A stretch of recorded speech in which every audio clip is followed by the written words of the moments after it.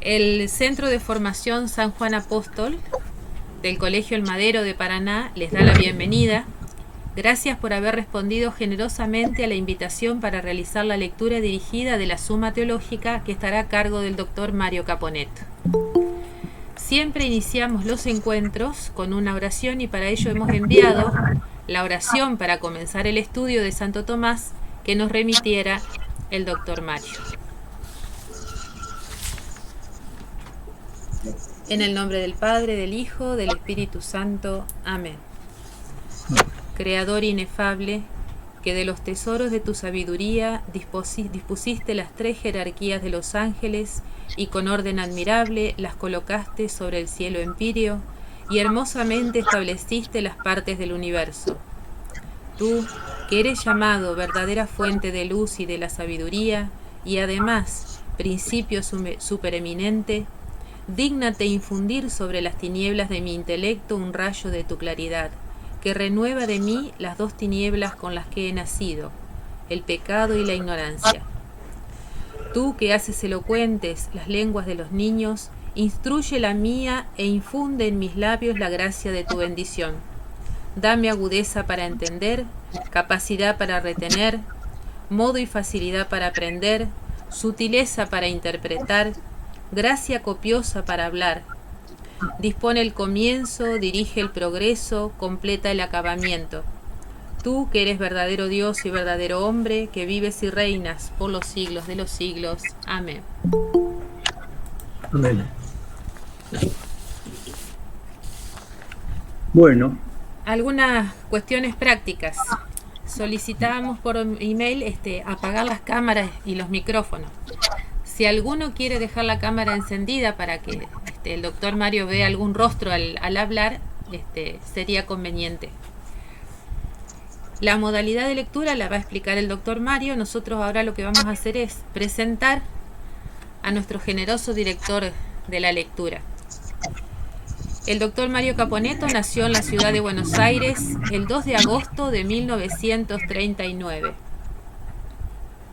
Es médico por la Universidad Nacional de Buenos Aires, médico cardiólogo universitario por la misma universidad. Cursó estudios de filosofía en la cátedra privada del doctor Jordán Bruno Yenta. Cursó el doctorado en filosofía por la Universidad de Navarra entre 1998 y 2000. Es jefe del Departamento de Enfermedades Cardiovasculares del Hospital Militar Central Buenos Aires. Ha sido profesor de ética, bioética y antropología filosófica en la Universidad del Salvador, Universidad Austral y Universidad Autónoma de Guadalajara en México. Ha sido miembro del Consejo Nacional de Investigaciones Científicas y Técnicas entre 1982 y 2001. Profesor emérito de la Universidad de FASTA. Desde el 2010 al 2019, profesor de Antropología Filosófica, Ética y Antropología Médica en la Universidad de FASTA.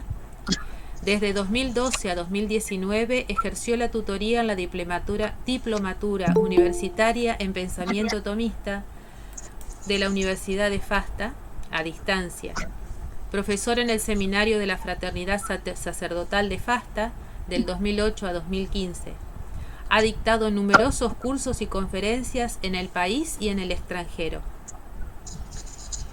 Mencionamos a continuación sus obras. Codirector con Roberto Brie de la colección Estudios y Discusiones del Instituto de Ciencias Sociales. Dirigió la colección Breviarios Tomistas de la editorial Ives San Rafael. El hombre y la medicina. Víctor Frank, una antropología médica. Combate, estudio e índice. Del movimiento del corazón de Santo Tomás de Aquino. Las medicinas alternativas. Guía para el estudio de la ética profesional. Las criaturas espirituales de Santo Tomás de Aquino. El maestro. Traducción, estudio preliminar y notas de la cuestión 11. La sensualidad. ¿Qué es la psicología? Acerca del Estatuto Epistemológico de la Psicología en colaboración con Jordana Bud y Ernesto Alonso. Santo Tomás de Aquino, aproximación a su pensamiento. Curso de introducción a la bioética. Antropología médica, antecedentes históricos, epistemología, teoría antropológica y contenido temático, presentada el año pasado en Paraná. Han publicado numerosos artículos en revistas nacionales y extranjeras. Colabora regularmente en distintas publicaciones nacionales y extranjeras y en diversos blogs. Bueno, esto es una apretada síntesis, una presentación muy breve. Dejamos ahora el micrófono en manos del doctor Mario. Doctor Mario, muchísimas gracias por su generosidad. Al contrario, profesora, muchísimas gracias a usted por su presentación y a todos los queridos amigos que están conectados. Bueno, de acuerdo a los datos que oportunamente me hiciera llegar la profesora Alicia, este grupo que felizmente se ha constituido con el objeto de leer a Santo Tomás, concretamente la Suma de Teología, que no es su única obra, pero es sin duda la más representativa y la más conocida de las múltiples que salieron de su pluma. De acuerdo a esa información preliminar, repito, la mayoría de los que están aquí no tienen un conocimiento de Santo Tomás, algunos solamente muy poco conocimiento, algunos dijeron que no hay casi ninguno, y algunos no tienen el conocimiento. Entonces, pidiendo disculpas a estos últimos, que ya son seniors, me parece oportuno que antes de iniciar propiamente la lección, la lectura del texto de Santo Tomás, hagamos algunas referencias respecto de quién es Santo Tomás, algunas precisiones acerca de su tiempo, de su vida, de su obra, y después de eso hagamos una suerte de introducción general a la Suma de Teología. Todo esto como camino previo a abordar la lectura. No sé si hoy podemos abordar algo. Si nos da el tiempo, abordaríamos la lectura del prefacio. Y si no, seguiríamos el próximo encuentro. El primer punto que quisiera abordar es una pregunta. ¿Por qué Santo Tomás solo? ¿Por qué leer a Santo Tomás? ¿Por qué estudiar a Santo Tomás? Un teólogo que vivió en el siglo XIII. ¿Tiene algo para decirnos Santo Tomás, un hombre del siglo XIII, a nosotros, hombres del siglo XXI? Bueno, la respuesta afirmativa es sí, pero obviamente que esta respuesta, que adelantamos como afirmativa, la vamos a ir viendo con más claridad a medida que avancemos en la lectura de Santo Tomás.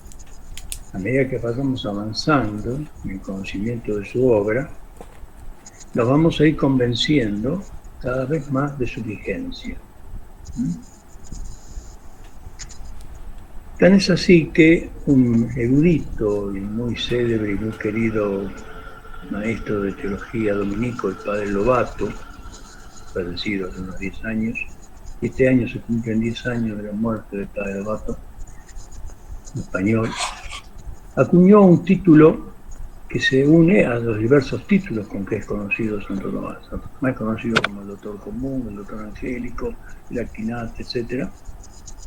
Y él introdujo este título, Doctor Odiernus, es decir, el doctor del día de hoy, el doctor Odiernus.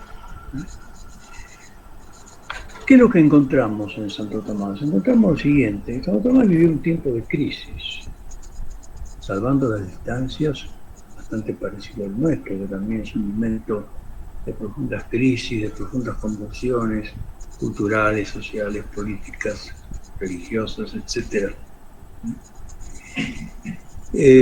La época de Santo Tomás es una época asignada por profundos cambios. La cultura pasa del centro monástico a la universidad. El monasterio es rural, la universidad es urbana. Todo eso implica un cambio muy importante. La omnímoda autoridad de San Agustín, en cierto modo, es puesta en duda a partir de la introducción de Aristóteles en la cultura cristiana europea del siglo XIII, de la mano, sobre todo, del que fue el gran maestro Santo Tomás, San Loreto Magno. Hay que decir que la introducción de Aristóteles no cayó muy bien en todos los ambientes. Hubo incluso algunos obispos que condenaban las obras de Aristóteles. Y hasta se intentó prohibir el estudio de las obras de Aristóteles en las universidades medievales, cosa que se salvó gracias a la intervención oportuna de los papas de la época. Entonces, en este tiempo tan crucial, tan difícil, tan cargado de tensiones, de conflictos, había conflictos en las universidades, conflictos entre las órdenes mendicantes y los seglares. Un solo dato les doy para que vean cómo era de agitada esa época. En la Universidad de París, donde Santo Tomás fue a enseñar, como veremos ahora, en 2 ocasiones estuvo enseñando allí, había una huelga que duró 7 años. 7 años de huelga universitaria. Rompió todos los récords. Y nuestra fuga llegó a alcanzar tantos años de huelga universitaria. Entonces Santo Tomás tuvo que elaborar respuestas para esos desafíos. Santo Tomás es un hombre que, interpelado por los desafíos de su tiempo, por lo tanto, tuvo que pensar respuestas para esos desafíos. Ahora bien, las respuestas que él pensó para los desafíos de su tiempo, obviamente que están hechas a la medida de su tiempo, están formuladas en los términos de su tiempo. Pero encontramos una cosa extraordinaria en Santo Tomás, que aun cuando esas respuestas hayan sido formuladas en un tiempo determinado, con las características propias de la época, esas respuestas hoy nos aparecen enormemente vigentes y actualizadas para que nosotros podamos dar respuestas también a los desafíos de nuestro tiempo. Voy a poner un solo ejemplo de los múltiples que se pueden poner. Nosotros, una de las cosas que tenemos, uno de los tantos desafíos que tenemos hoy es el tema de la ciencia.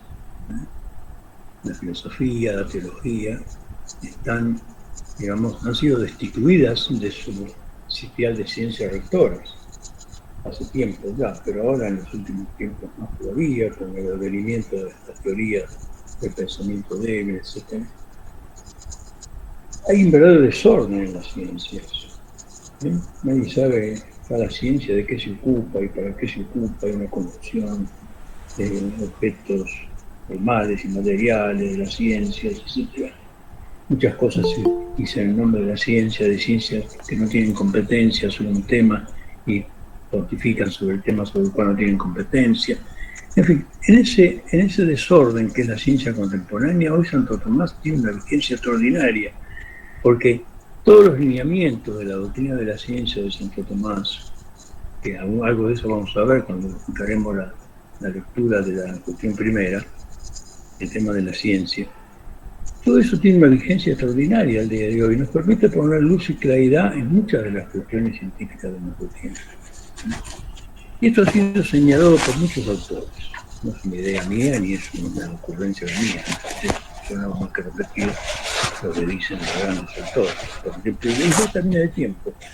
Ya en el año 1925, Jean Maritain había pronunciado una conferencia muy interesante donde proponía a Santo Tomás como el pensador de nuestros días, decía Maritain. Entonces, ese es el motivo por el cual, por esta extraordinaria vigencia que tiene el pensamiento tomista, por el cual nosotros estamos haciendo este esfuerzo de estudiar a Santo Tomás. Y hay otro motivo también que brevemente quisiera delinear, y es que además de la doctrina de Santo Tomás, todo lo que escribió, todo lo que propuso, etc., también nos legó un espíritu. Hay un espíritu del tomismo. Hay un espíritu que el seguidor de Santo Tomás tiene que tratar de entender y de tomar posesión de ese espíritu. El discípulo de Santo Tomás tiene que de alguna manera tratar de acercarse, aproximarse, digamos así, a ese espíritu que signó toda la obra de la Quinante. Y ese espíritu, del cual nos vamos a referir más adelante, que lo vamos a ver reflejado en dos textos, dos breves textos, que vamos a examinar en un rato. Ese espíritu puede decirse que es un espíritu que todo lo ve, todo lo analiza, todo lo discierne a la luz de la fe, pero de una fe que está asistida por la razón. Porque si Santo Tomás tuvo clara conciencia de los límites de la razón humana, tuvo también clara conciencia de la dignidad de la razón humana. Tan es así que en uno de sus textos, en el comentario de la ética de Aristóteles, dice: lo que más ama a Dios en el hombre es la inteligencia, la razón, es aquello que Dios más ama en el hombre. De manera que Santo Tomás eleva la razón, a pesar de sus límites, a pesar de sus deficiencias, a un alto sitial de dignidad. Y entonces hace esa unión maravillosa, admirable entre la fe y la razón. Por lo cual, gracias a la fe, la razón amplía su horizonte y se trasciende a sí misma. Y gracias a la razón, la fe se hace inteligible. Porque la fe no es más que la revelación del logos increado, pero habla a un logos creado, que es el hombre. La fe, esto lo va a decir Santo Tomás muy claramente, cuando emprenda el estudio específico de esta virtud teologal, es un hábito de la inteligencia. Tiene que ver con la voluntad y con el sentimiento. La fe es un hábito de nuestra inteligencia. Es un hábito sobrenatural, difundido por Dios en nuestra alma, pero que reside en la inteligencia humana. Y la fe es para entender. La fe es para entender. Siguiendo en esto, lo que ya habían dicho sus predecesores, como San Bernardo, como Agustín, cuando acuñó aquella frase: credo u intelligam, creo para entender. Pues esto sería entonces brevemente el primer punto que yo quería dejar en claro ante los amigos que tienen la oportunidad de escucharme. Y vamos ahora a ver algunas cuestiones respecto de la biografía de Santo Tomás. Bueno, vamos a ver si podemos compartir pantalla el PPT número 1, clase número 1.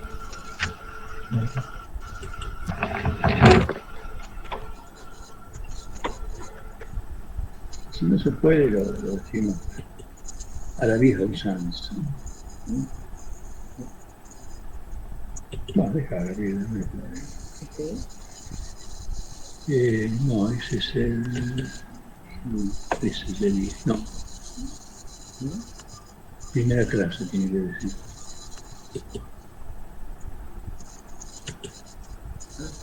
Sí. ¿Se ve ahí la...? No.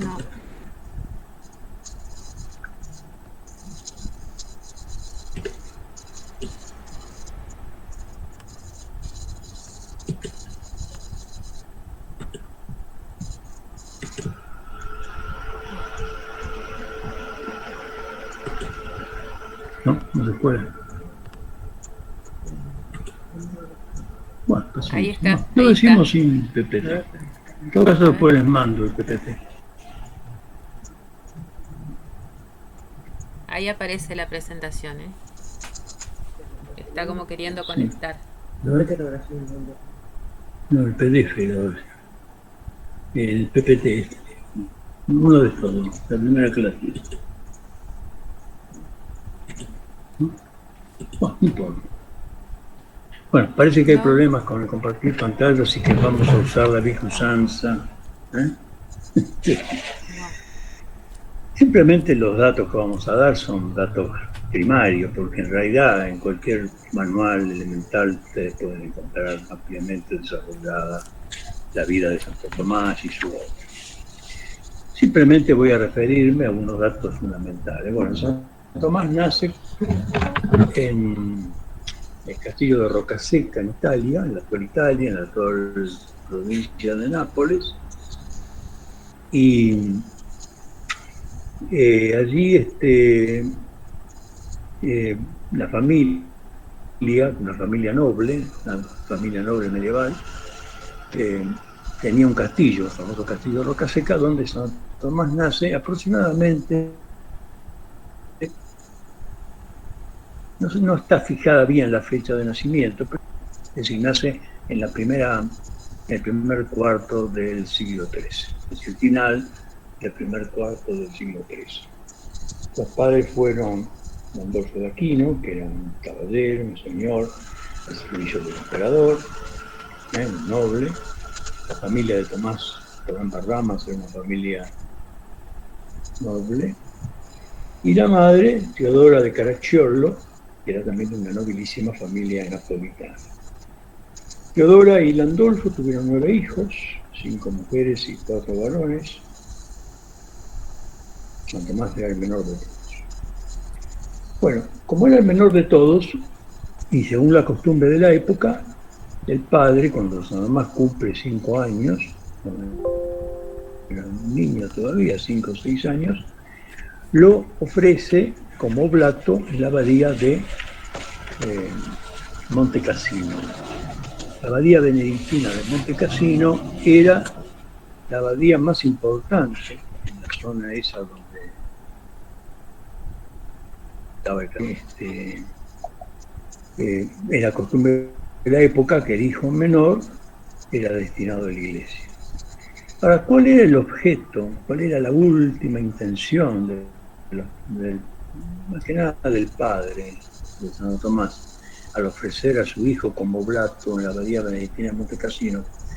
Era la idea de que con el tiempo Tomás llegara a ser el abad de Monte Cassino. En esa época, ser abad de Monte Cassino era una carrera humana brillante, lo más que se podía aspirar desde el punto de vista de una gran carrera humana. Bueno, Santo Tomás permanece en la abadía de Monte Cassino hasta más o menos los 14 años y allí aprende sus primeras letras, aprende latín, aprende gramática, aprende doctrina cristiana, ¿no? Y ya desde muy jovencito, desde muy niño, se destacaba por su brillante inteligencia, según dicen todos los biógrafos, porque es el biógrafo oficial de Tomás de Aquino, ¿no? Y entonces, cuando cumple el 14 y el papado, y como consecuencia de ese conflicto entre el emperador Federico II y el papa de la época, la abadía de Monte Cassino es invadida y arrasada por las tropas del emperador. Bueno, de manera que ante ese peligro, Landolfo retira a Santo Tomás de la abadía y lo manda a Nápoles a estudiar. También con el objeto de que allí estudiara en Nápoles, cuando los tiempos se apaciguaran, volviera a la abadía. Bueno, ahí se produce un cambio fundamental en la vida de Santo Tomás, porque al llegar a Nápoles conoce la orden de predicadores, la orden de los padres dominicos, que en esa época era recientemente fundada, y conoce al que fue su gran guía y maestro, el senador Fernando, que era profesor en María. Entonces, ¿qué hace Santo Tomás? Seducido por el tipo de vida y por el estudio que le ofrecía la orden de predicadores, pide su ingreso a esa orden y toma el hábito de la orden de predicadores. Cuando la familia se entera de esto, la familia que pensaba ser de su hijo menor, el gran abad de Monte Cassino, que ahora era un fraile mendicante, la familia, bueno, entra, digamos, se disgusta mucho. Y ahí toda una historia que ha sido en cierto modo exagerada, tal vez ustedes la han oído nombrar alguna vez, de que la madre lo manda a secuestrar a Tomás, lo pone preso en la torre. Bueno, no fue tan así. En realidad sí, los hermanos fueron a buscar, pero no estuvo nunca preso, estuvo en la casa. Y ahora ante la perseverancia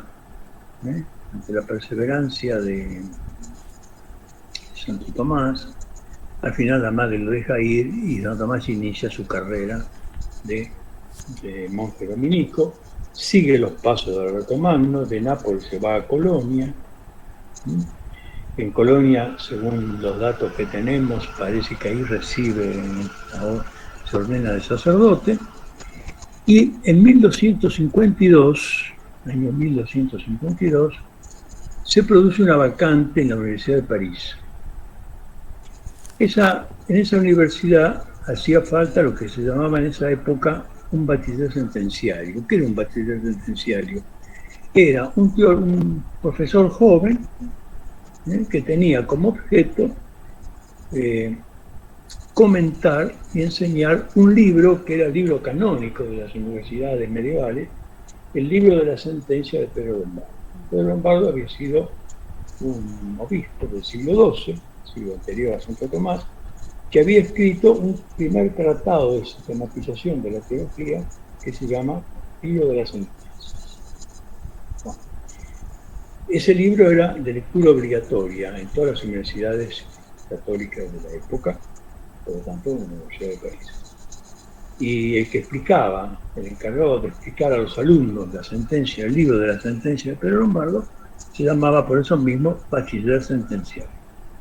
Hasta el año 1256, San Tomás se va a desempeñar en París como bachiller sentenciario. En 1256 se presenta para ascender académicamente, digamos, y obtener lo que podríamos llamar hoy un grado de doctor en teología.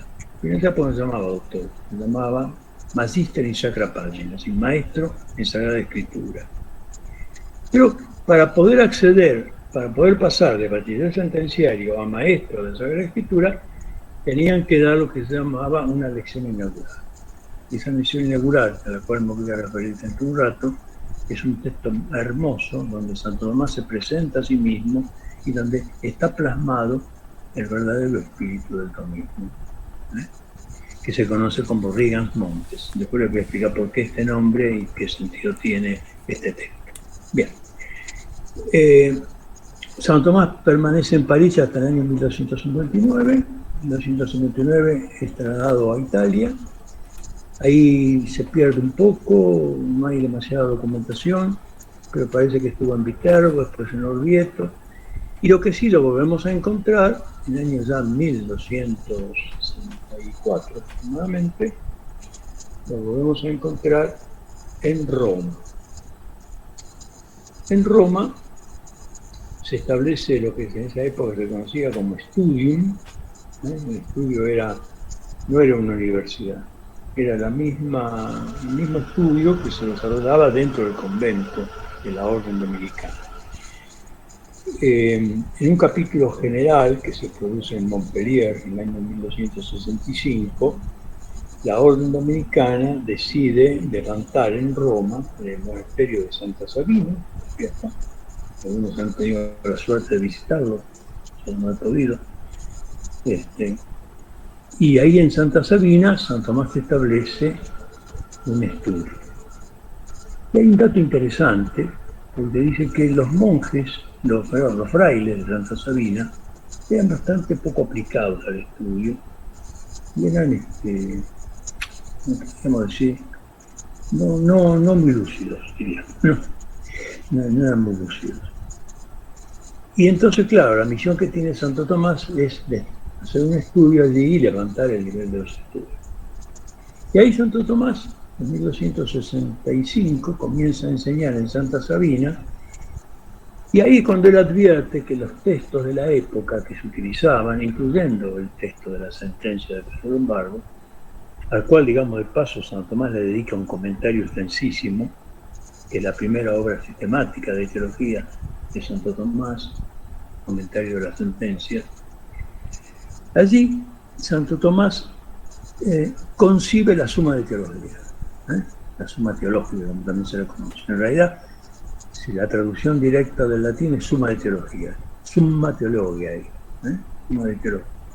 Bien, entonces concibe esta obra y la comienza a redactar ahí en Santa Sabina, en 1265, y la va a seguir redactando a lo largo del resto de su vida, hasta la muerte, que se puso el 7 de marzo del año 1274, cuando iba camino a Lyon, en una muere en la abadía benedictina, en la abadía de Fossanova, y la obra no la termina, ¿eh? Sino que la deja inconclusa. De manera que es una obra magna, una obra realmente, una verdadera arquitectura del pensamiento teológico. Ahora vamos a ver un poquito cómo está constituida esta obra. Bien. Después de ahí hasta el año 1269, Santo Tomás permanece ahí en Santa Sabina, en Roma, y es vuelto lo vuelven a llamar de París. Y ahí entonces él hace su segunda estancia en París, que es muy interesante, muy rica. Ahí consigue obras muy importantes, en ese momento escribe obras muy significativas, aparte de seguir siempre redactando la Suma de Teología. Y en el año 1271-72 vuelve a Nápoles. En Nápoles estudia y enseña, mejor dicho, estudia y enseña, y de esta época son sobre todo sus comentarios bíblicos. En la segunda estancia en París se caracteriza por los comentarios de Aristóteles. La estancia en Nápoles, la última estancia en Nápoles, un año y medio aproximadamente, da lecciones donde comenta la Sagrada Escritura. Comenta sobre todo el Evangelio de Mateo y el Evangelio de Juan. Bien, el año, hacia fines del año 1273, cae en una especie de mutismo. No hablaba, no quería saber más nada, no quería escribir. Su fiel secretario, Reginaldo de Piperno, le decía: maestro, hay que terminar la suma, y él no respondía, hasta que un día salió del mutismo y le dijo: mi hermano Reginaldo, las cosas que he visto me hacen pensar que todo lo que yo pueda escribir no sirve de nada. Es paja, dice, ¿no? Y bueno, así la obra no la terminó Reginaldo. Bien. Bueno, en esa fecha, por obediencia al Papa, se pone en camino hacia Lyon, donde iba a haber un concilio muy importante, donde se iba a debatir el tema de los griegos.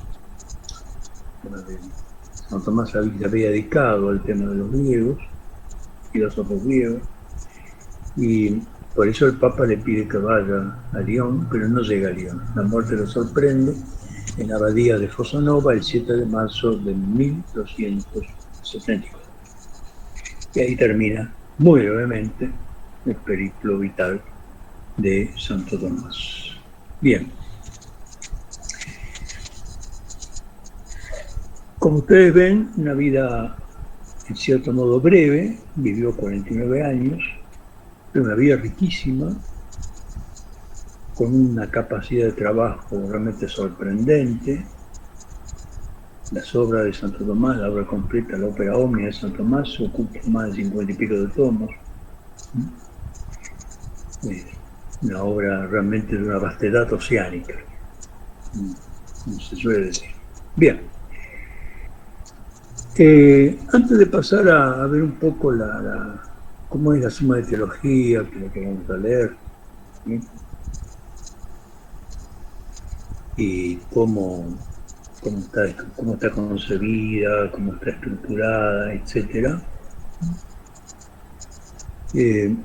Quisiera hacer referencia a dos breves textos de Santo Tomás que de alguna manera revelan, muestran cuál es el espíritu que animó a Santo Tomás. El primer texto es un texto muy breve, muy chiquito. Lamentablemente por razones técnicas no lo puedo compartir, pero después a través de la profesora Alicia se los mando, que se llama Carta acerca del modo de estudiar. Esta carta está dirigida a un tal Juan, que no sabemos quién es ese Juan. La carta dice: carísimo Juan. Presumimos que habrá sido un estudiante de teología de la Universidad de París.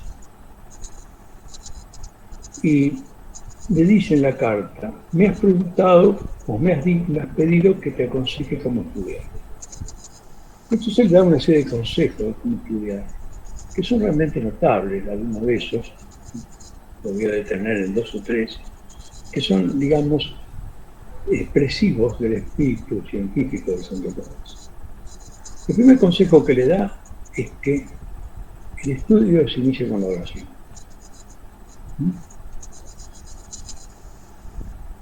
Le dice: para estudiar, no te apartes de tu celda.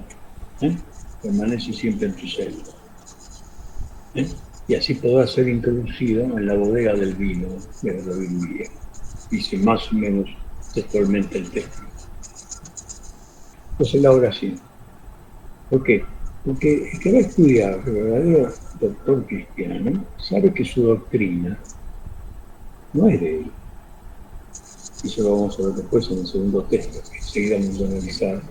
Es una doctrina que viene de Dios, viene de lo alto.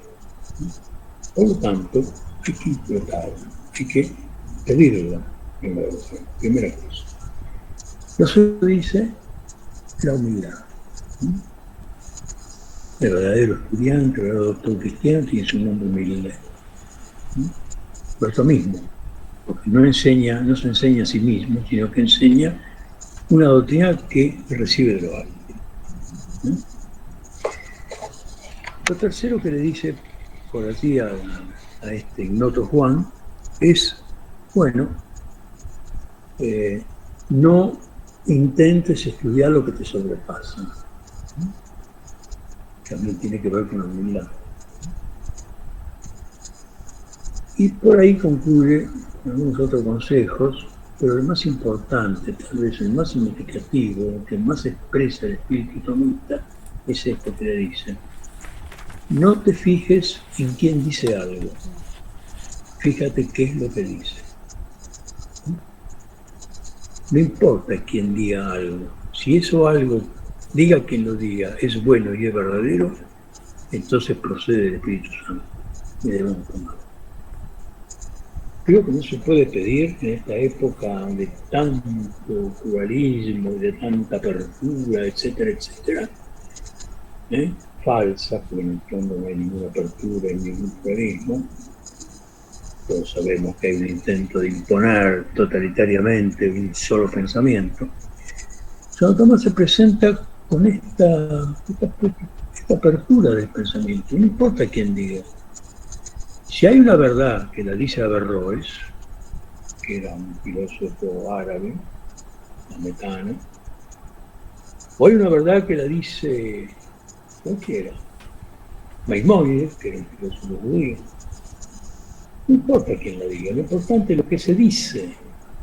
Entonces le aconseja a su estudiante, en esos consejos sobre el modo de estudiar, le dice eso. No te fijes en quién dice la cosa, sino qué es lo que se dice. Y toma todo lo bueno y verdadero, diga quien lo diga. Yo creo que esto también es una nota característica del verdadero espíritu del domingo y de quien quiera ser verdadero discípulo de Santo Tomás. Bueno, el otro texto al cual quisiera también referirme de manera breve es que ya más o menos lo anuncié antes. Ustedes se acordarán que hace un instante, cuando hablaba de las distintas épocas de la vida de Santo Tomás, dije que en el año 1252 había ido como bachiller sentenciario a la Universidad de París. Bien, que había sido hasta el año 1256 bachiller sentenciario, después en 1256 se presenta al cargo de maestro en Sagrada Página, cargo que obtiene, por supuesto, y a partir de ahí ya tiene otro rango académico y ya no se dedica a las sentencias, sino que se dedica a las que llamaban las cuestiones disputadas. Bien. También dije que para poder pasar del rango académico de sentenciario al rango académico de maestro en Sagrada Escritura o Santa Página, los candidatos tenían que exponer frente al claustro de la universidad, tenían que hacer una breve exposición, que no superara los 20-30 minutos. Esa se llamaba breve principium, que podemos traducir como breve lección, como una especie de lección inaugural. Sí, todos los claustros académicos aprobaban esa presentación, entonces el candidato quedaba inmediatamente ungido con un nuevo grado académico de magíster y sacra patria. Bueno, Santo Tomás entonces empieza a cavilar qué es lo que va a decir, a qué se va a dedicar, cuál va a ser el tema de su presentación, de ese breve principio. Y el tema, que según una tradición, no sabemos si es cierta, parece que se le fue dicho en sueños por Santo Domingo. Bueno, pero eso no es histórico, eso es una cuestión que se dice, puede ser cierto. Bueno, la cuestión es que Santo Tomás redacta esta breve lección inaugural, que también se los voy a enviar para que la tengan, que se conoce con el nombre de Rigans Montes. ¿Por qué? Porque Santo Tomás toma como guía de su exposición el versículo 13 del Salmo 104, que para la versión que tomó Santo Tomás tiene el número 103. Bien, ¿qué dice ese versículo del Salmo 104? Dice así: desde tus altas moradas riegas los montes.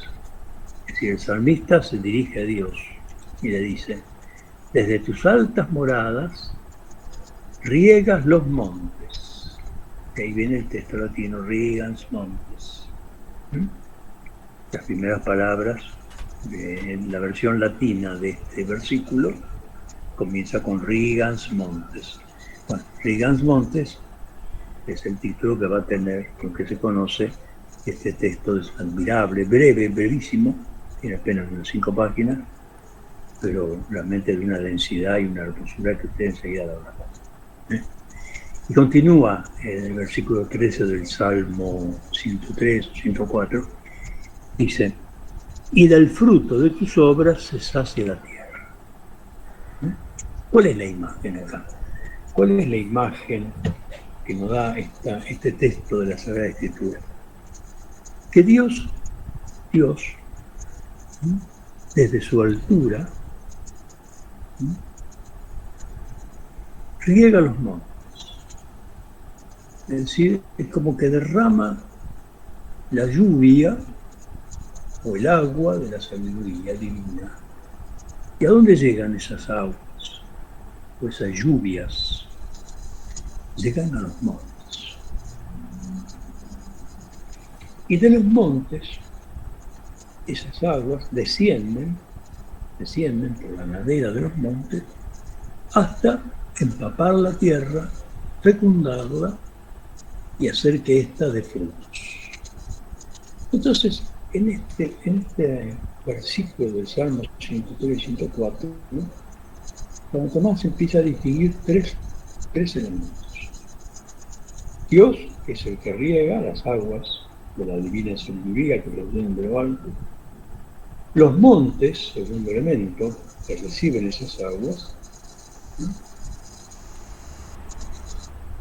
Y finalmente, esos mismos montes, por cuyas laderas, esas aguas pasan al tercer elemento, que es la tierra. Y Santo Tomás dice que esto es imagen de lo que pasa en la dinámica, digamos así, de la enseñanza. Los maestros, los doctores, dice Santo Tomás, son como los montes. Son esos montes que reciben la lluvia que viene del cielo, que viene de Dios. Por eso ellos no enseñan una doctrina inventada por ellos. Enseñan lo que reciben. ¿Y cómo lo reciben? Bueno, a través de la lectura de la Sagrada Escritura, del estudio, del exégesis, todo lo que ustedes pueden suponer. Pero esa doctrina viene de lo alto. Y los montes quedan constituidos ahí en el medio y son como, digamos, la polea de transmisión, digamos así, de esa doctrina, de esa sabiduría celeste, divina, que a través de los montes pasa a la tierra, que la tierra es el auditorio, los estudiantes, los que aprendemos, los aprendices, nosotros somos la tierra. Y esa tierra, si se deja regar por esas aguas que vienen a través de los montes, pero que proceden del cielo, dará frutos abundantes. Entonces, en estos tres elementos, Santo Tomás va a centrar su análisis. Entonces, lo primero que va a decir Santo Tomás va a hablar de la doctrina. Y Santo Tomás dice, la doctrina es alta. ¿Por qué es alta? Es alta por su origen, porque viene de Dios. Además de ser alta esa doctrina, dice Santo Tomás, es una doctrina sublime. No solo es alta porque viene de Dios, es también sublime porque tiene un fin altísimo, que es la vida eterna. Porque ¿para qué Dios revela su sabiduría a los hombres? Porque el hombre se salve. Esto lo vamos a ver muy bien después, cuando encaremos la lectura ya directamente del texto de la Suma. Bien, pero si la doctrina es alta y es sublime, ¿cómo son esos montes? Esos montes representan a los maestros, los doctores. San Tomás es uno de esos montes. Tal vez el más alto de los montes que hayamos podido ver a lo largo de la historia del pensamiento cristiano. Y dice, esos montes tienen que ser, esos montes que son regados por las lluvias divinas, tienen que ser altos, elevados, elevarse sobre la tierra, para que estén ahí intermediando entre el cielo y la tierra. Tienen que ser esplendorosos, tienen que esplender, tienen que reflejar la luz, tienen que ser fuertes. ¿Por qué fuertes? Porque no solamente tienen que enseñar la divina sabiduría, también tienen que defenderla. Tienen que defenderla de los errores, etc. Y de los ataques de los enemigos. Y los montes tienen que ser además ilustrados. Tienen que tener la luz de esa verdad que transmiten. Entonces, a través de este texto, cuando Tomás habla de esa sabiduría, de que es como una luna que viene de Dios, por la cual Dios ría a los montes. Esos montes son los maestros, los doctores, que tienen que ser altos, dignos, fuertes, luminosos, etc.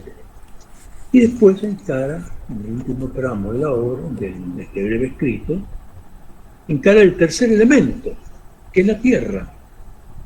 ¿La tierra qué es? La tierra, dice Tomás, es la condición de los oyentes. Nosotros, los que oímos, los maestros. ¿Cómo tiene que ser esa tierra? Es humilde, esa tierra tiene que ser fecunda, tiene que ser dócil, etc.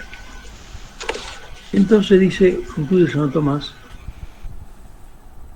que el verdadero maestro cristiano tiene como misión ser uno de esos montes que reciben la lluvia de la divina sabiduría y por las laderas, a modo de una imagen, los montes, las laderas, hacen descender esa lluvia de la divina sabiduría a la tierra de los oyentes, que de esta manera son fecundados y van a dar frutos que saciarán de esa sabiduría de aquellos que nos disponemos siempre a escuchar a los maestros que nos transmiten la divina sabiduría.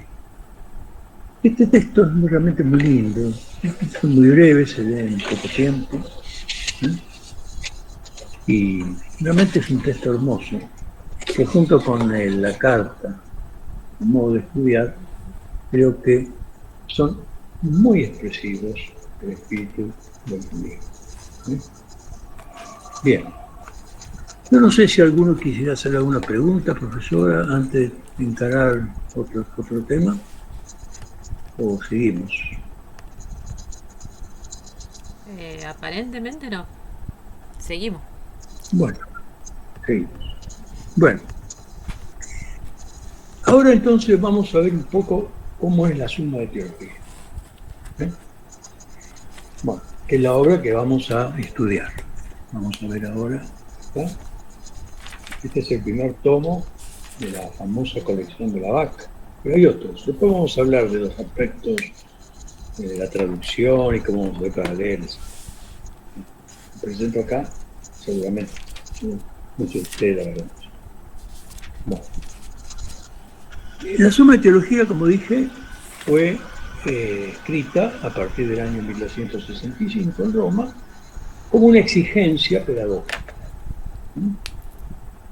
Ahora cuando leamos el proemio de la suma, vamos a ver que Santo Tomás advierte una cantidad de dificultades en la enseñanza de la teología de la época y él, procurando resolver esas dificultades, escribe esta obra, que es una obra para principiantes. Miren ustedes, si esto es para principiantes, ¿qué serán las otras obras? Bien. La suma de teología está concebida en tres partes. La primera parte es el estudio de Dios en su unidad y en su trinidad. Dios unitrino. Sigue siempre la primera parte. Dios creador.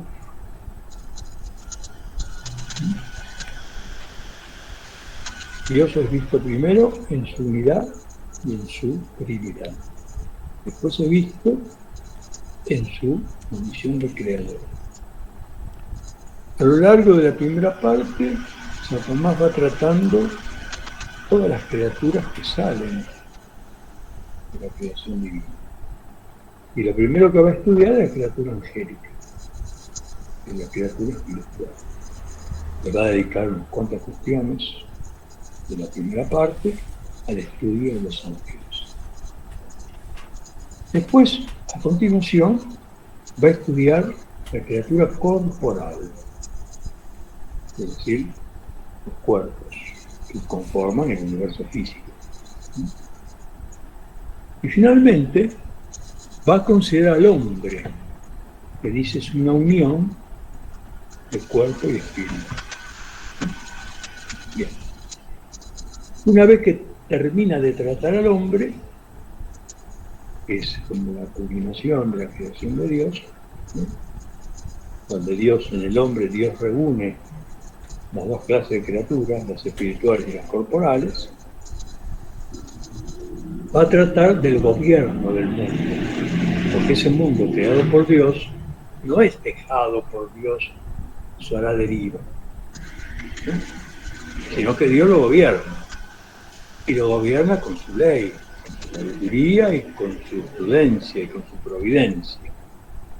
Entonces el resto de lo que de la primera parte va hasta estar dedicada al estudio del gobierno del mundo por parte de Dios. Y ahí termina la primera parte. ¿Sí? Podríamos decir que aquí Santo Tomás estudia aquello que sale de Dios. Dios como fuente de la cual sale toda la creación. Esto, en la concepción antigua y medieval, se conocía como el exitus. La palabra éxito en latín quiere decir salir.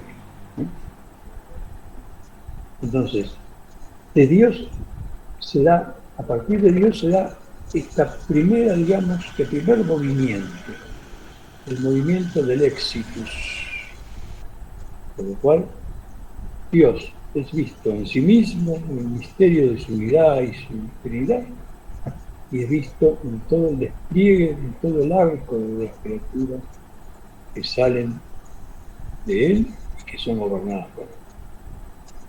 A partir de la segunda parte, que es la más extensa, viene entonces otro movimiento, otro aspecto, otro tramo del movimiento, que es el movimiento de regreso, de réditos. ¿Qué quiere decir? Esa creación que sale de Dios, que así lo viste en la primera parte, ahora hay que estudiarla en cuanto esa creación regresa a Dios. Y así se establece este dinamismo, este movimiento del exitus redictus. Pero ¿qué pasa? A partir de la situación del pecado original, en que la creación se desvía de su cauce trazado, del cauce primero trazado por Dios, es necesario que esa creación, en su camino de réditus, es decir, en su regreso a Dios, tiene que ser auxiliada por ¿quién? Por Jesucristo, que es el que redime la creación, redime al hombre, redime toda la creación. Y es la vía, Cristo es la vía por la cual se hace ese réditus.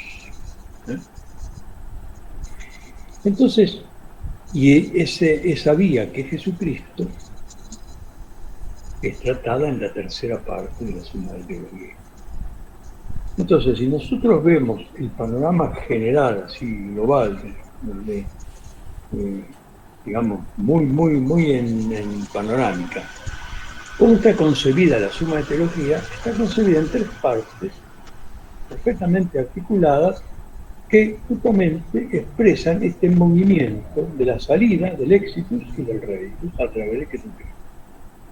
Es la única vía, el único camino por el cual la creación puede volver a Dios.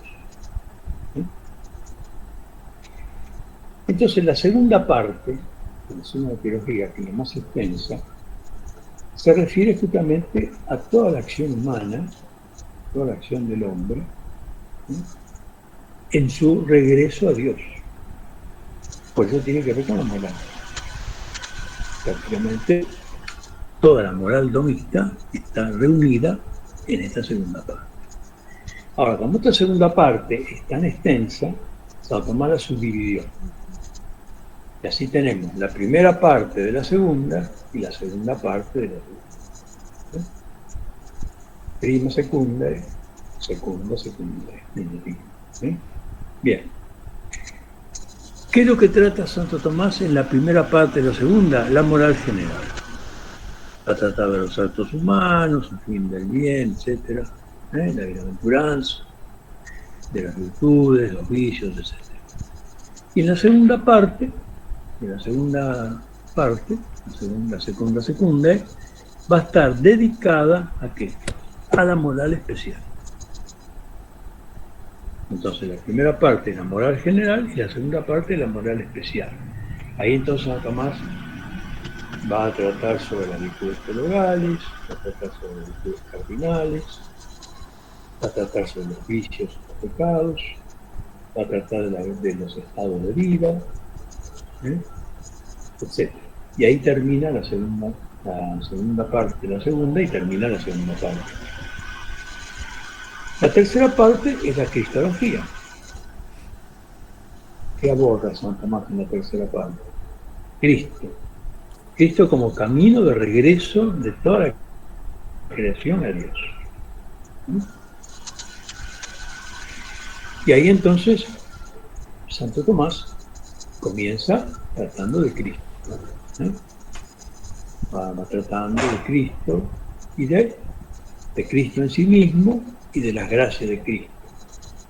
Y va a empezar entonces a tratar el tema de los sacramentos, que son los canales por los cuales nos llega la gracia de Cristo. Cuando primero aborda el bautismo, después la Eucaristía, y después la confirmación, pero ahí deja de escribir. Ahí llega. Por eso que después su discípulo Reinaldo de Piperno, sobre la base de algunos apuntes que tenía, completa todos los sacramentos, los novísimos, las postrimerías, etcétera, en un texto que se anexa a la Suma de Teología que llama suplemento.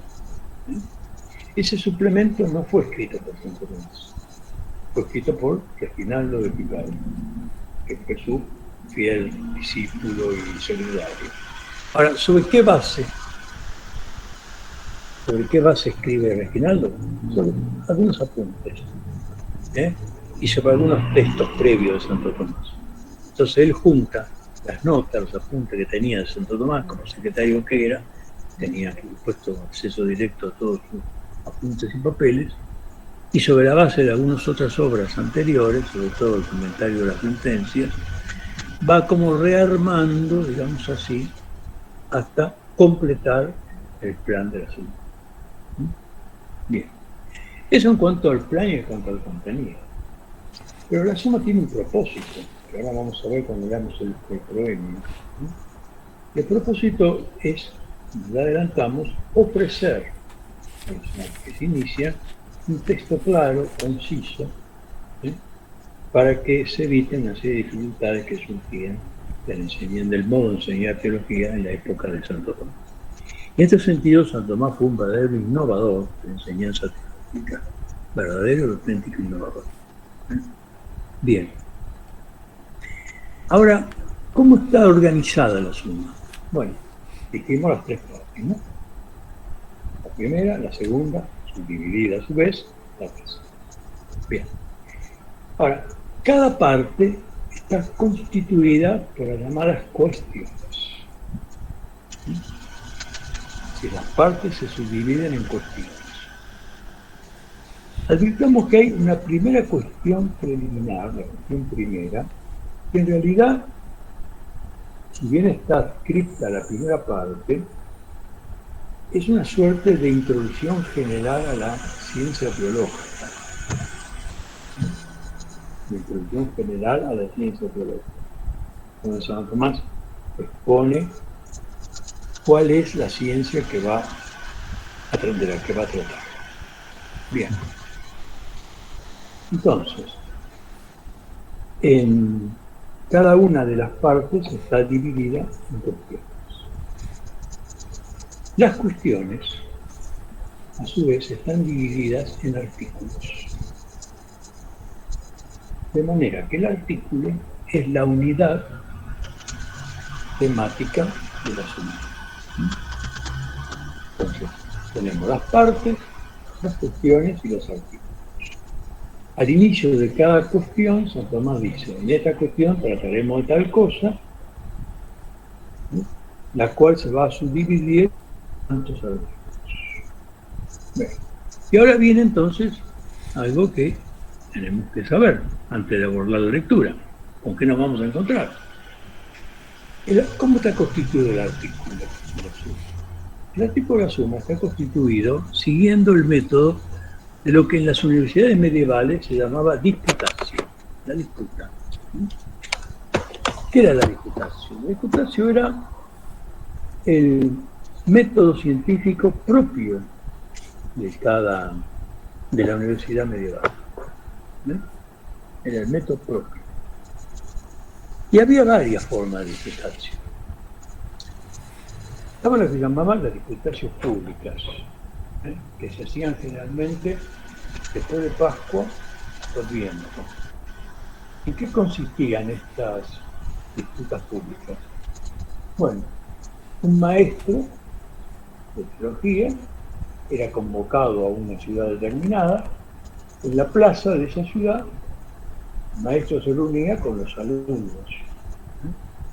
Y los alumnos le presentaban al maestro, para tratar un tema determinado, obviamente, ¿no? Los alumnos se preparaban desde mucho tiempo antes y preparaban una serie de dificultades, de objeciones, respecto del tema. Mientras que otro grupo preparaba una serie de contraobjeciones. Entonces teníamos, por un lado, las objeciones contrarias a la tesis que se quería estudiar. Por otro lado, teníamos la respuesta o la oposición, mejor dicho, a esas objeciones. El maestro llegaba a la plaza, examinaba las objeciones, examinaba las contraobjeciones y daba su respuesta. Esa respuesta se conocía con el nombre de determinatio. Esa respuesta era recogida en apuntes por los estudiantes, después el maestro las corregía y se publicaba. Y finalmente, para concluir, el maestro, una vez que daba su respuesta, abordaba las objeciones y daba respuesta a las objeciones. Y a veces también respondía a los mismos contraargumentos. Porque, ¿qué pasaba? Que muchas veces, en el afán de sostener una tesis, se daban argumentos que, aunque pretendían sostener la tesis, no estaban correctamente planteados. Entonces el maestro no solamente respondía a los objetores, sino también, a veces, en ocasiones, respondía a los contraobjetores. Esto era el método normal en la universidad medieval, así se enseñaba en la universidad medieval. Pero además de esta disputación pública, Santo Tomás intervino en muchas de estas disputaciones públicas que han sido publicadas y forman parte de sus cuestiones disputadas, por ejemplo, las cuestiones colivetales. Las cuestiones colivetales, coliveto quiere decir de cualquier tema en cualquier lugar, latino. Entonces, las cuestiones colivetales eran las más célebres, las llamaban, hay 12 cuestiones colivetales, que Santo Tomás predicó, algunas en París y otras en Nápoles. Bien. Y después había otras, como por ejemplo las cuestiones disputadas sobre el mal, etc. Pero aparte de estas cuestiones públicas, de estas disputaciones públicas, había también lo que se conoce con el nombre de disputas privadas. ¿Qué eran las disputas privadas? Eran más bien, diríamos, disputas que el profesor redactaba, él mismo ponía las opciones, la respuesta y la respuesta a las objeciones, que era como un método didáctico para enseñar. Santo Tomás redactó muchas de estas cuestiones privadas, con las cuales daba sus cursos. Era la manera habitual de dar los cursos. El profesor ya llevaba preparada la disputa y se la exponía a los alumnos.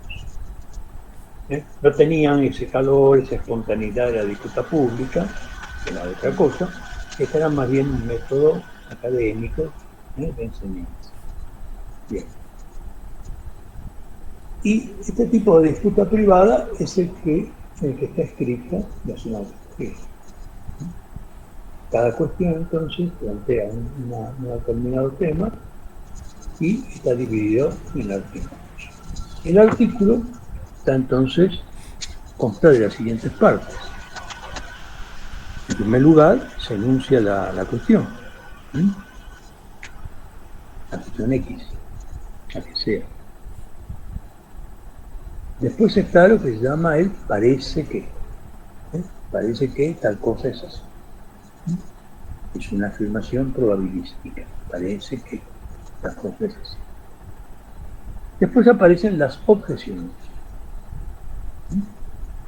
Después aparece la contraobjeción, que en latín se conoce como sed contra, que quiere decir, pero en contra. Pero en contra de esto decimos tal cosa. Generalmente el sed contra en la Suma Teología se basa en textos de autoridad, sea de autoridad de la Sagrada Escritura o autoridad de algún gran filósofo, Agustín o Aristóteles, quien sea. Bien. Después viene la respuesta, la determinatio, la responsa, la respuesta, que también se conoce como corpus del artículo. Y después, cuando termina el corpus, viene la respuesta a las objeciones. Eso es básicamente la estructura del artículo de la Suma que vamos a leer. Entonces, enunciado del tema, parece que, objeciones, pero en contra, respuesta, solución a las objeciones. Ese es el esquema fundamental que vamos a seguir en esta lectura. Ahora bien, de esto también se desprende el modo que hay que citar la suma de teología. Cuando uno tiene que citar la suma de teología, tiene que citar la parte, el número de la cuestión, el número del artículo, y es el corto del artículo con la respuesta de una cuestión. Por ejemplo, yo digo, cita, suma de teología, primera parte, cuestión primera, artículo 1, corto. Eso quiere decir que yo me estoy refiriendo a la primera parte de la suma, al artículo primero, a la cuestión primera, perdón, al artículo primero de la cuestión primera, o al artículo segundo, tercero de la cuestión primera, y al cuarto, del artículo corto. Si en cambio lo que estoy citando es alguna respuesta a las objeciones, por ejemplo diría, suma de teología, primera parte, artículo 2, respuesta a la segunda objeción, ad secundum, ad dos. Eso quiere decir, cuando yo cito de esta manera, quiere decir que me estoy refiriendo a la primera parte de la suma, a la cuestión primera, al artículo 2 y la respuesta a la objeción. ¿Está claro esto? Bueno, estas son cuestiones de carácter, digamos, instrumental, que hay que tener en cuenta. ¿Cómo vamos a encarar la lectura de la suma? Vamos a encararla, primero quiero aclarar esto. Vamos a dedicarnos primero, hoy nos tratamos del prefacio, continuamos en la próxima encuentro, y después vamos a abordar la cuestión primera. ¿Por qué? Porque la cuestión primera es como una suerte de átrio, de pórtico, que Santo Tomás antepone a la suma propiamente dicha. ¿Y qué es lo que vamos a encontrar en ese átrio? Vamos a encontrar cuál es el carácter de la ciencia que Santo Tomás va a exponer. Que él no le llama teología. La palabra teología de Santo Tomás, Santo Tomás usa la palabra teología para referirse al capítulo último de la metafísica, lo que sería la teología natural. Cuando Santo Tomás habla de lo que hoy modernamente conocemos como teología sagrada, Santo Tomás emplea otro término. ¿Pero qué significa? Es sacra doctrina, la doctrina sagrada. Es muy importante conocer la doctrina sagrada, porque cualquier tema particular que queramos después leer en la suma, después deberíamos consensuar, a ver, después que terminemos de ver la cuestión primera, ¿cómo seguimos? A lo mejor entre los participantes hay interés en que veamos alguna cuestión, por ejemplo, el tema del hombre en Santo Tomás, o la moral en Santo Tomás, o el gobierno del mundo, la divina providencia, cualquier tema de la suma que les quiera tocar, siempre va a tener una referencia a esta sagrada doctrina. Por ejemplo, ¿hay en Santo Tomás una antropología? Sí, hay una antropología, claro que sí. ¿Es una antropología filosófica que se construye con la razón natural? Sí. Pero esa antropología en Santo Tomás está como incardinada en la sagrada doctrina.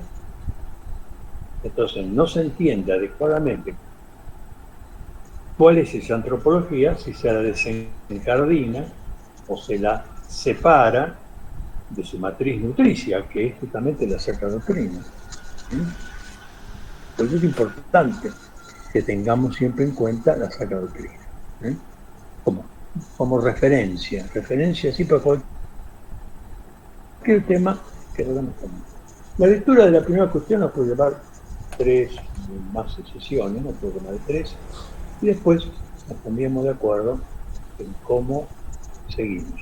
Si seguimos con la secuencia de la suma, es decir, Dios, uno, la existencia de Dios, los atributos de Dios, Dios trino, etc. O si ustedes prefieren, consensuadamente, que estudiemos algún tema especial. Por ejemplo, la profesora de Agostino me había dicho que en algunos de ustedes había la inquietud del tema del hombre. Bueno, el tema del hombre en la Suma Teología está tratado a partir de la cuestión 75 de la primera parte. Bien. Pero no vamos a entender el tema del hombre si no tenemos referencia a la Sagrada Doctrina. Cuando encaremos la lectura, vamos a hacer lo siguiente. Vamos a leer los artículos. Puesto que, como dije, el artículo es la unidad temática del asunto. Bien.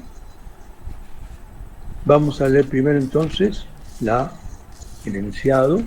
Me parece que vamos a saltar las objeciones para no distraer la lectura.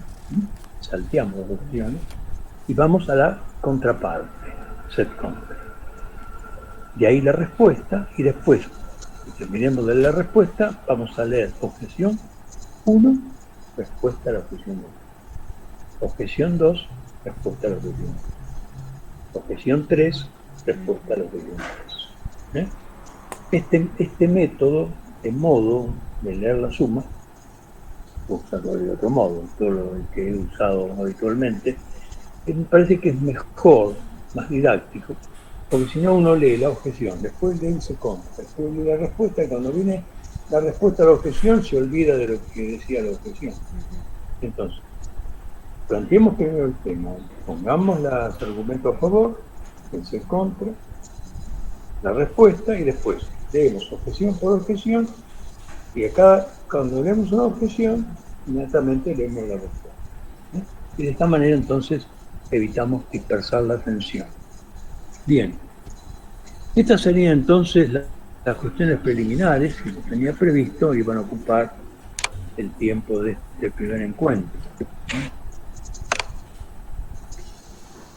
Y ahora quisiera brevemente leerles el prólogo. Ya estamos acercándonos a la hora y la profesora Alicia ha dicho que debemos ser puntuales y va a haber una campanilla 5 minutos antes. Sí. ¿No es así, profesora? Sí, sí. Bien, lo cual me parece bien. Bien. El prólogo es interesante porque muestra el propósito con el cual Santo Tomás escribe esta obra. Dice así: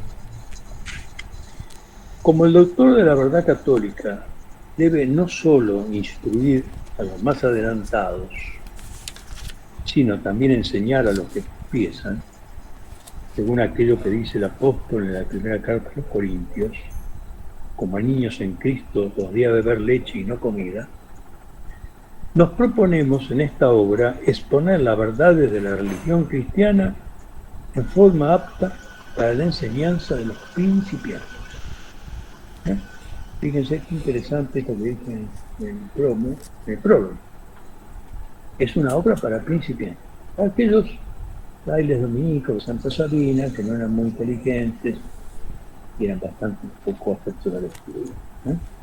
Bien, hemos comprobado, continúa diciendo Tomás, que los que se inician en estos estudios, estudios de la fe cristiana, pero dice claramente, las verdades de la religión cristiana, es decir, el depósito de la fe. Eso es lo que vamos a estudiar. Tropiezan con graves dificultades en la lectura de lo escrito por diversos autores, debido en parte a la multiplicación de cuestiones, artículos y argumentos inútiles.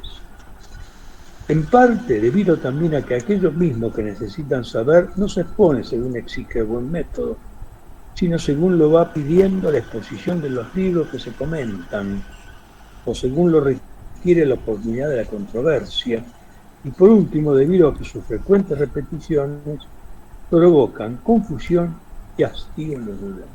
Bueno, aquí en este párrafo nos está haciendo una crítica a fondo de cómo se enseñaba la teología en su época. Se enseñaba no siguiendo un método lógico, no siguiendo esta arquitectura que yo les expuse hace un rato. Dios, el éxito de la creación, el rédito de la creación a través de Jesucristo. Eso es un orden.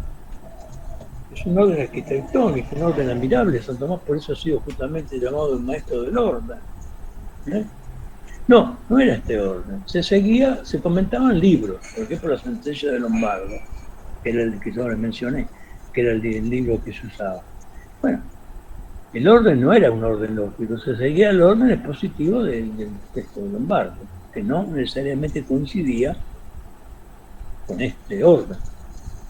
De hecho, si ustedes leen la sentencia de Lombardo, no hay un orden, es más bien una especie de sistematización de algunos textos de los padres, ¿no? De los padres primitivos, tanto latinos como griegos. Bien, si bien las sentencias tienen una cierta sistematización, pero no tienen orden, no tienen este orden.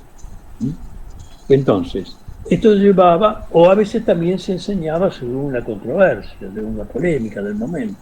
Entonces, todo esto llevaba, dice Santo Tomás, a innecesarias repeticiones que frecuentemente provocaban en el auditorio hastío. Bien. Hastío y confusiones, ¿no? Atentos, pues, concluye el prólogo. Son tres parágrafos nada más.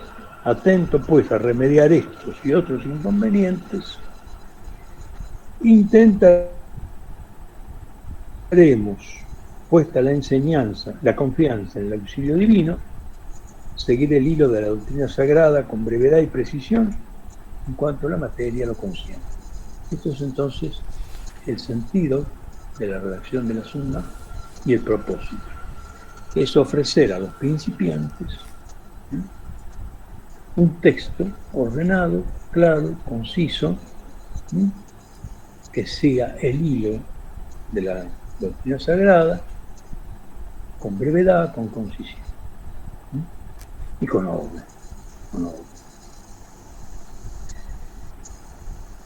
Y es interesante aquí destacar esto, ¿no? Que el texto que pone Santo Tomás sacado de la carta a los Corintios: como niños en Cristo debe beber leche, no comida. Es decir, que para estudiar, para disponernos a leer la Summa de Santo Tomás, tenemos que regresar de alguna manera a la infancia espiritual, ¿no? Como niños, ponernos en disposición, disponernos a recibir la leche de la Sagrada Doctrina. Bien, eso es entonces más o menos que yo había pensado para este primer encuentro. En el segundo encuentro, que será dentro de 15 días, Dios mediante, vamos entonces a iniciar ya directamente la lectura de la cuestión primera. Respecto del texto que vamos a usar, hay varias traducciones de la Summa, hay muchas. En castellano hay varias. Todas tienen sus pros y sus contras, las traducciones. No hay una traducción, de la que yo conozco, no hay una traducción, digamos, que sea perfecta. Todas tienen sus inconvenientes. Pero digamos que hay una, o dos traducciones españolas, que dentro de, a pesar de que tienen algunos defectos, son las mejores, las más recomendables. Una es la vieja traducción en 16 tomos, del cual, como dije antes, este es el primero, en 16 tomos, de la Biblioteca de Autores Cristianos, la BAC. Bien. Esta traducción es bilingüe. Tiene en una columna el texto latino y en la columna de enfrente tiene el texto en español. Tiene esa ventaja que al ser bilingüe, para quien tenga un cierto acceso a la lengua latina, a veces permite salvar algunas oscuridades de la traducción. Es una buena traducción. Y tiene otra cosa buenísima esta colección, que además del texto de Santo Tomás, tiene largas introducciones, algunas son verdaderos libros, muy eruditas, hechas por los mejores teólogos dominicos españoles de la época.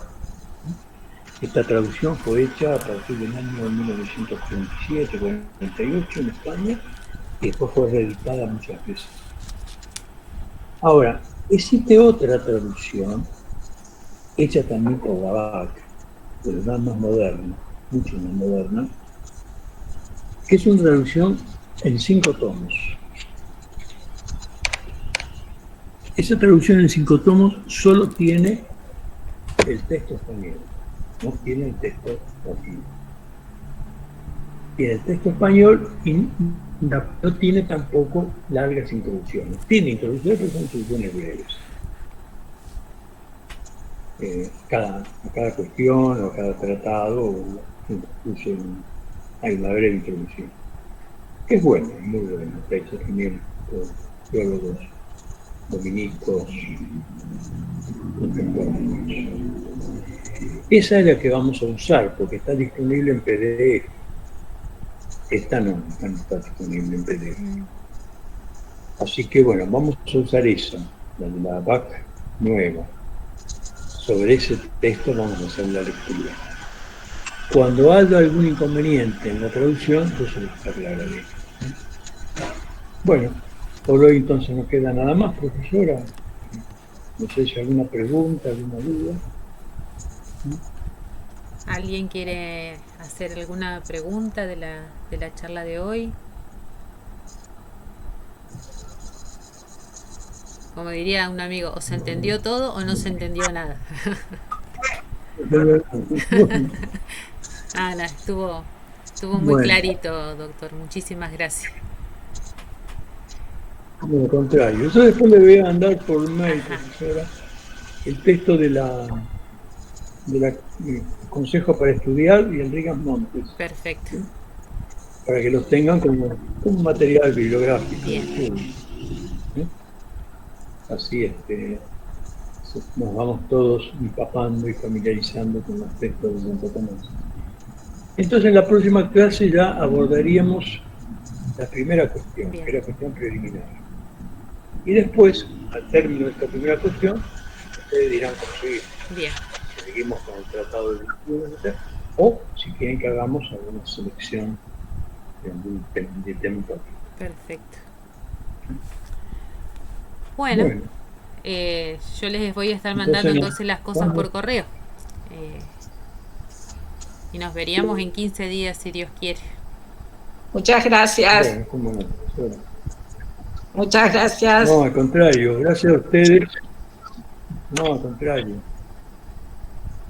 Gracias a ustedes por la paciencia. Ha sido un gusto. Y disculpen las faltas técnicas, no se puede. Pero de todas maneras de compartir, yo quería poner algunas diapositivas para hacer más, fijar visualmente toda la parte cronológica, etcétera. Pero bueno, creo que más o menos hemos podido sortear el defecto técnico. Bueno, no sé por qué no me deja compartir pantalla. Pero estaba autorizado. Quién sabe qué es lo que pasó. ¿Sí? Bueno, eso si quieren mandarlo también, me lo quieren mandar, yo lo reenvío. Los PPT, ¿cómo no? Perfecto. Sí, ya lo mando para que lo tengan. Muy bien. Bueno, muchísimas gracias a todos. Entonces, gracias a ustedes y gracias a Dios porque nos concede en este mundo y en este país la gracia de reunirnos, un grupo de amigos, a estudiar las verdades de Dios. Realmente es una gracia que hay que agradecer. Así es. Bueno. Muchas gracias, doctor. Entonces, gracias a ustedes por todo y en 15 días nos vemos. Perfecto. Muy bien. Bueno. Gracias. Buenas noches a todos. Buenas noches a todos. Bien. Adiós. Hasta dentro. Buenas noches. Adiós.